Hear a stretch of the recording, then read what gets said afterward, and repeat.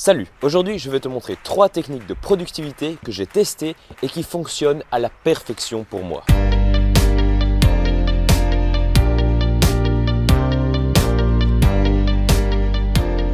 J'ai déjà évoqué l'importance de la productivité ou plutôt de l'efficacité. Ça permet d'optimiser son temps et d'en tirer le meilleur. Notre temps à tous est limité, mais on ne l'utilise pas de la même façon.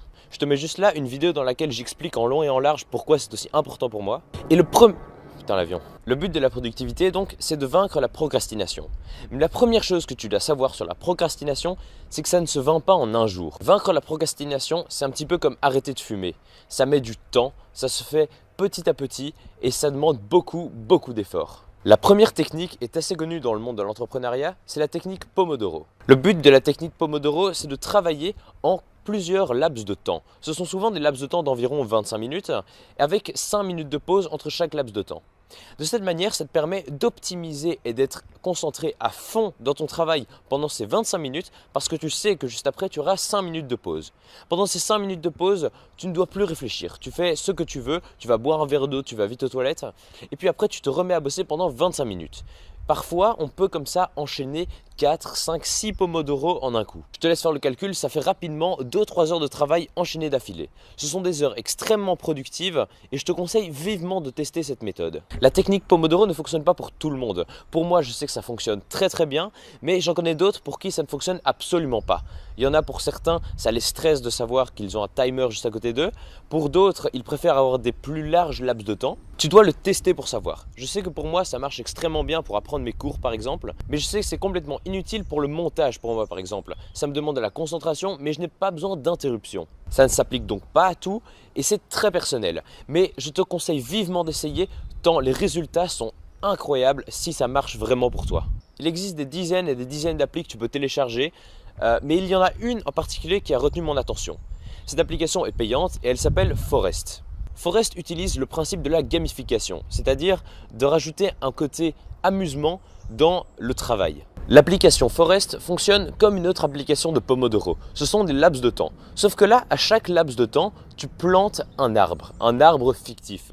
Donc, en fonction du nombre de temps que tu travailles, tu peux ajuster ton Pomodoro. Pendant que tu plantes un arbre, donc que le Pomodoro est lancé, tu ne peux plus toucher à ton téléphone. Si tu y touches, l'arbre pourrit.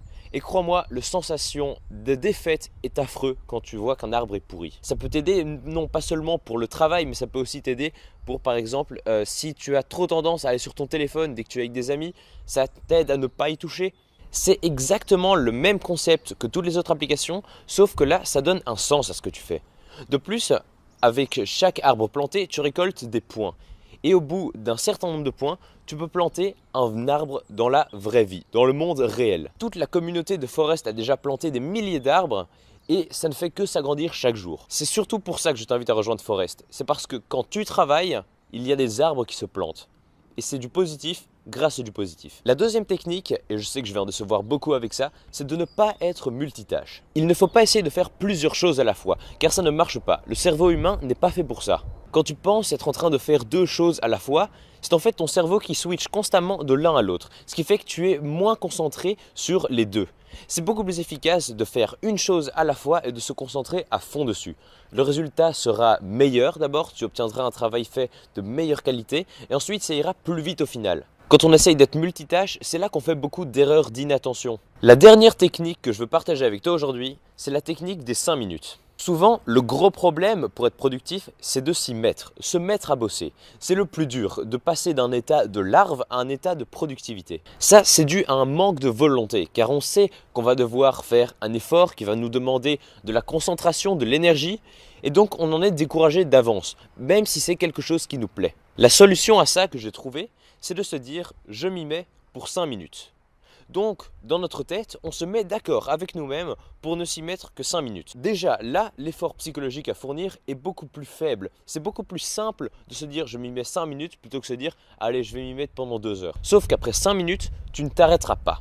Après 5 minutes, c'est environ le temps qu'il faut pour être complètement immergé dans son travail.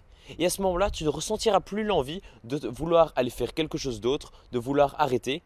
Tu te seras complètement réveillé et tu seras prêt à faire des heures de traite. Non, peut-être pas. Ce sera inutile de te poser la question si tu dois arrêter ou si tu dois continuer. Donc tu as compris, la productivité c'est quelque chose de formidable, mais c'est un état qui est assez compliqué à atteindre. J'espère qu'avec ces techniques que je t'ai données, tu pourras être plus productif dans ton quotidien. Je t'invite en tout cas à les tester toutes au moins 1 ou 2 fois pour savoir si elles fonctionnent ou pas pour toi. De nouveau, tout ça n'est que très personnel. Sur ce, je te remercie de m'avoir écouté et n'aie pas de rêve, mais que des objectifs.